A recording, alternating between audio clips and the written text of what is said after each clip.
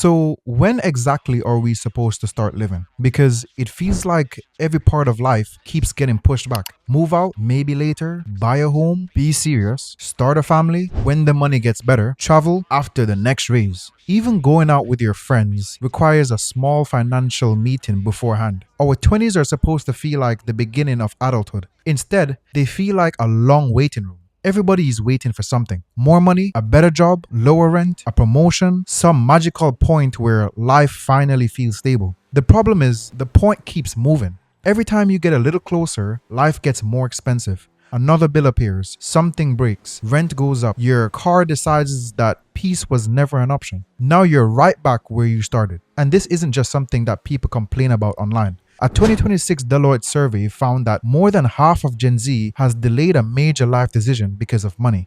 Bank of America also found that 42% of Gen Z is living paycheck to paycheck. So you're not crazy. And a lot of people in their 20s genuinely cannot afford the same milestones that previous generations reached at our age. But there's another side to this that nobody really wants to talk about. Sometimes life is forcing us to wait. Other times, we're putting our own lives on hold because waiting feels safer. And we need to know the difference because if you're not careful, maybe later can become your entire life. You tell yourself you will start going to the gym when work gets less busy. You'll apply for the better job when you have more experience. You will start the business when you have more money. You will post the video when you finally feel confident. Then 1 year passes, then another year passes. You're still waiting, but now you have more intelligent explanations. That's the dangerous part. We're good at making fear sound responsible. I'm not scared to start. The timing just isn't right. Bro, you have been researching the same idea for 8 months.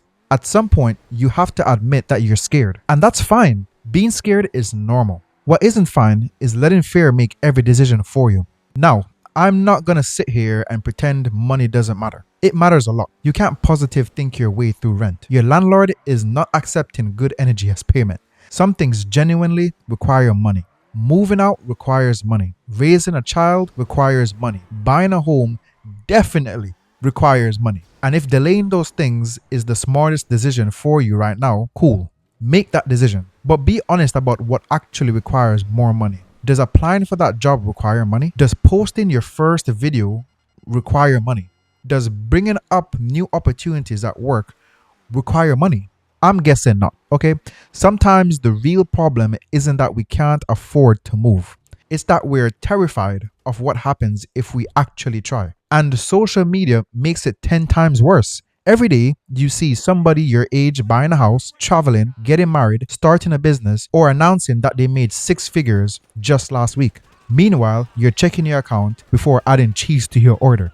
Of course you're going to feel behind, but you have no idea what happened behind the scenes. Maybe they worked extremely hard. Maybe they got lucky. Maybe their parents helped them. Maybe they're in debt up to their neck and smiling for the picture. You don't know. And honestly, it doesn't even matter. Their life is not your deadline. You are not late because somebody else reached something before you.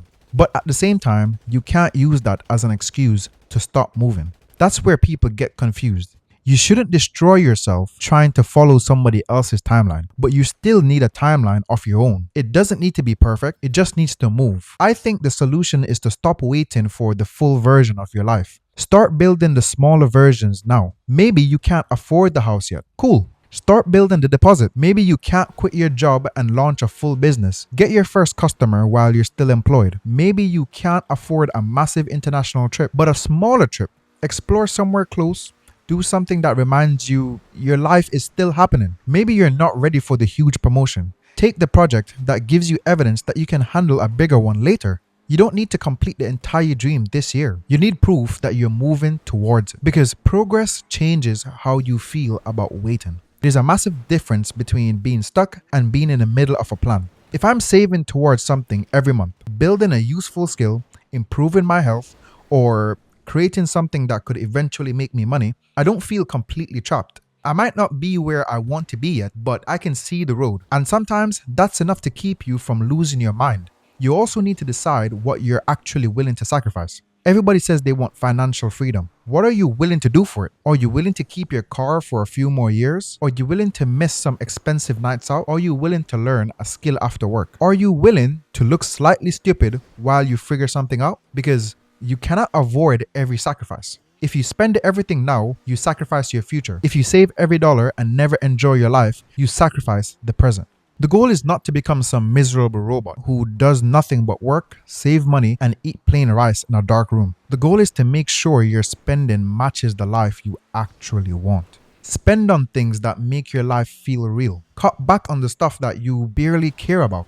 Build a gap between what you earn and what you spend. Then use the gap to slowly buy back your options. That might mean saving an emergency fund. It might mean paying off your debt. Money is not the entire point of life. But having money gives you room to make decisions without panicking. And that room matters. Still, I don't want to become so focused on preparing for life that you forget to live it. You will probably never feel completely secure. There will always be another goal, another bill, another level of income that looks safer than the one you have now. If you make perfect financial security the requirement for happiness, you're going to be waiting forever. So yeah, build your future, save money, improve your career, learn useful skills, make the smart decisions. But call your friends too. Go somewhere, try something, create something before you feel ready. Let yourself enjoy small versions of the life you're working toward. Because your 20s are not just preparation for your 30s. This is your life right now. You might not be able to afford the full version of the life you want yet. That doesn't mean your entire life has to remain on hold. Start the version you can build today.